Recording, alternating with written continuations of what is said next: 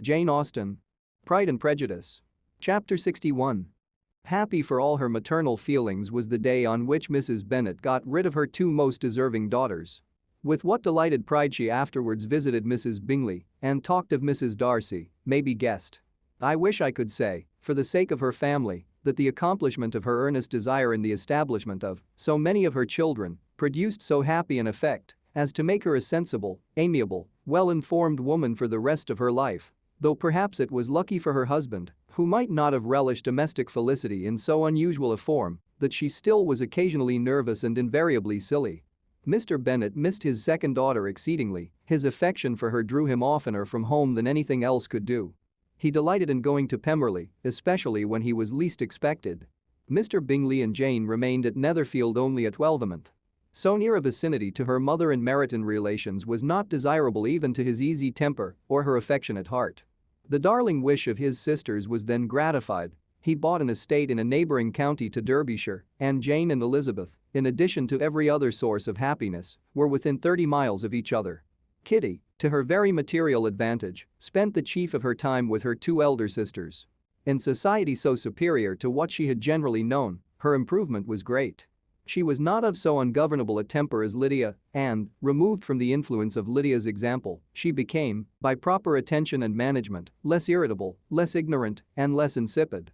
From the further disadvantage of Lydia's society she was of course carefully kept, and though Mrs. Wickham frequently invited her to come and stay with her, with the promise of balls and young men, her father would never consent to her going. Mary was the only daughter who remained at home, and she was necessarily drawn from the pursuit of accomplishments by Mrs. Bennet's being quite unable to sit alone. Mary was obliged to mix more with the world, but she could still moralize over every morning visit. And as she was no longer mortified by comparisons between her sister's beauty and her own, it was suspected by her father that she submitted to the change without much reluctance. As for Wickham and Lydia, their characters suffered no revolution from the marriage of her sisters. He bore with philosophy the conviction that Elizabeth must now become acquainted with whatever of his ingratitude and falsehood had before been unknown to her, and in spite of everything, was not wholly without hope that Darcy might yet be prevailed on to make his fortune. The congratulatory letter which Elizabeth received from Lydia on her marriage explained to her that, by his wife at least, if not by himself, such a hope was cherished. The letter was to this effect: "My dear Lizzie, I wish you joy. If you love Mr. Darcy half as well as I do my dear Wickham, you must be very happy. It is a great comfort to have you so rich, and when you have nothing else to do, I hope you will think of us. I am sure Wickham would like a place at court very much, and I do not think we shall have quite money enough to live upon without some help. Any place would do, of about 300 or 400 a year, but however, do not speak to Mr. Darcy about it if you had rather not. Yours, etc." As it happened that Elizabeth had much rather not, she endeavored in her answer to put an end to every entreaty and expectation of the kind. Such relief, however, as it was in her power to afford, by the practice of what might be called economy in her own private expenses, she frequently sent them.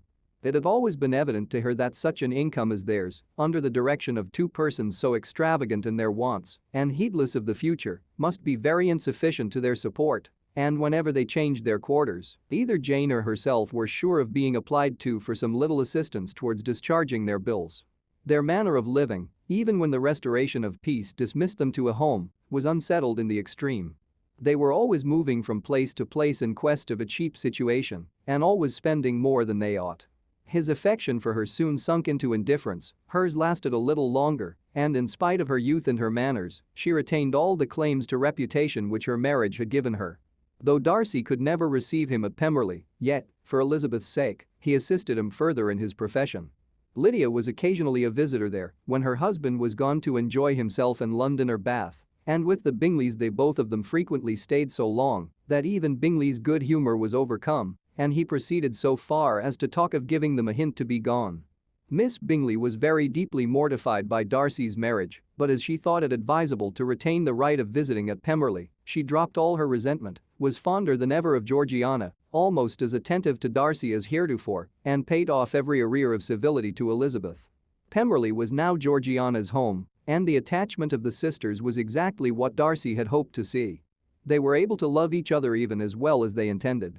Georgiana had the highest opinion in the world of Elizabeth, Though at first she often listened with an astonishment bordering on alarm at her lively, sportive manner of talking to her brother. He, who had always inspired in herself a respect which almost overcame her affection, she now saw the object of open pleasantry. Her mind received knowledge which had never before fallen in her way.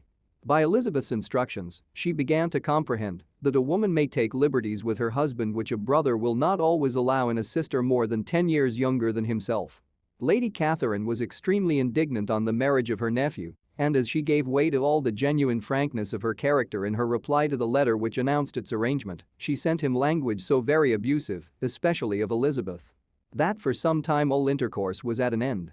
But at length, by Elizabeth's persuasion, he was prevailed on to overlook the offense and seek a reconciliation. And, after a little further resistance on the part of his aunt, her resentment gave way, either to her affection for him or her curiosity to see how his wife conducted herself, and she condescended to wait on them at Pemberley, in spite of that pollution which its woods had received, not merely from the presence of such a mistress, but the visits of her uncle and aunt from the city. With the Gardeners, they were always on the most intimate terms. Darcy, as well as Elizabeth, really loved them, and they were both ever sensible of the warmest gratitude towards the persons who, by bringing her into Derbyshire, had been the means of uniting them.